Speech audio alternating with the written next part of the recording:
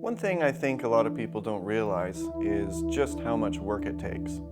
You may think it's just astronauts and airline pilots, but the sheer number of personnel required to pull something of this magnitude off, it's simply mind-boggling. Hi, I'm Dan Henshaw, and I work for the Round Earth Conspiracy. I work for the planocartography department, where we take data from the real world and we apply it to the round model for use in fake maps and so on. So with the standard J23 algorithm, we're gonna have to mask off this whole mountain. It's pretty dull, honestly. And this lovely lady is my wife, Deb. You should ask her about her acting career. Oh, stop. I used to do a little crisis acting, as in a couple minor massacres, just mostly regional stuff. He just came in and started shooting, and there was blood everywhere! But now I work for an agency recruiting and training, and our biggest client right now is the Australia Simulation Program. Honestly, there's nothing too glamorous about my job. It takes a lot of people to build the illusion that there is an entire country, or a small continent really, down there. So I am always recruiting and teaching them that ridiculous accent and handling various administration and enforcement chores. Enforcement? Yeah. So say one of my players starts to leak information or whatever, then I just hunt them down and kill them. It can be messy, but it pays the bills. And mostly I can work from home now, which is great. Now that we have Cassie. Yeah. This is part of our drafting division. Larry, why don't you say hello? Off. Such a funny guy. Larry, tell us what's your favorite part about the job? I'll tell you the favorite part of the job. None of it. You put together a beautiful, simple, round world, and there you go, pick holes in it. It used to be bad enough when it was just, a few maps on classroom chalkboard, some with a globe on his desk. Now you got Google this, you got GPS geocaching. That's a hobby now. It's a whole department. It's enough to push a guy over the edge. He doesn't literally mean the edge. I've been to the edge. This is Teddy Tomlinson. His dad helped build sets for the moon landing. This guy grew up to be the first Navy jet pilot to shoot down an alien spacecraft. This kid, I don't remember. That's me. And that's the president. Say what you want about Nixon, but he was the last one of them to be trustworthy enough to be in on it. After that, forget it. We don't let politicians know the important stuff now. We've both been in on it from the start. start. You hear about couples where One partner is in on the conspiracy, we call those people inners. and the other partner is not, We call those people rounders. because they think the world is round. I just don't know how they do it. You could probably have me fooled.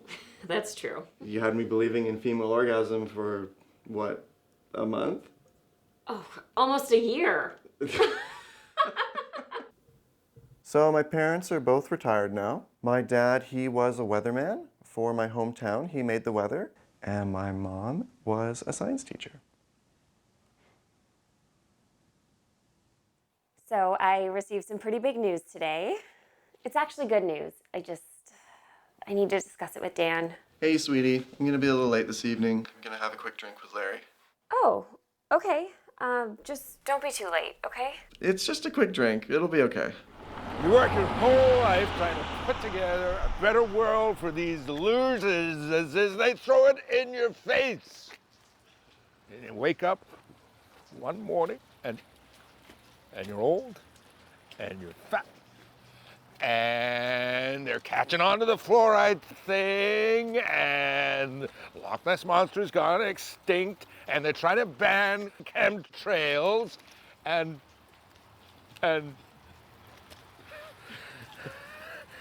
your wife leaves you for some in global warming, I know. It's not global warming.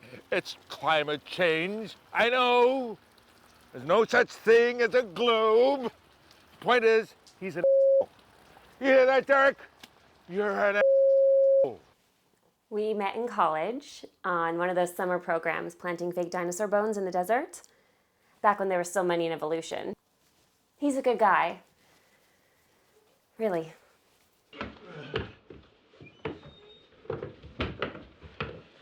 Dan, we got the letter from the ministry. So, due to the amount of work involved in maintaining and administering the round Earth illusion, the number of people in on the conspiracy actually outnumbers those outside of it by about 16 to 1. Obviously, most families would like to have their child raised in the nice, tidy, little round world. Permission to be raised around her typically goes to people outside of the conspiracy. But there is a lottery program for normal people like us, and against all odds, we've been approved. No way. Our Cassie's gonna be raised around her. There is still a lot of stuff to sort out. Like, how far are we gonna go? Are we gonna do Santa Claus? Well, I mean, if we're already doing the North Pole. What about vaccinations? Oh God, vaccinations! My family has always been in on it. I mean, both my parents were fake journalists. My grandpa, he installed the lens glass at the top of the Empire State Building, so, you know, it looks like the Earth is curved from up there. And my great-grandmother, well, she was among one of the 6 million brave men and women who lost their lives faking the Holocaust. So, yeah, this is big. Yeah, I'm not in it for the money or the thrill of building a better world or whatever. The only thing that keeps me in this job is the travel points. They never expire. Even posthumously. A couple more years in this job, I'll be able to get into heaven when I die. What was it you caught me saying just the other day? I said all across the world? Oh, you gotta say around the world now, hon. That's right. We work for the round Earth conspiracy. We wouldn't change it for the world.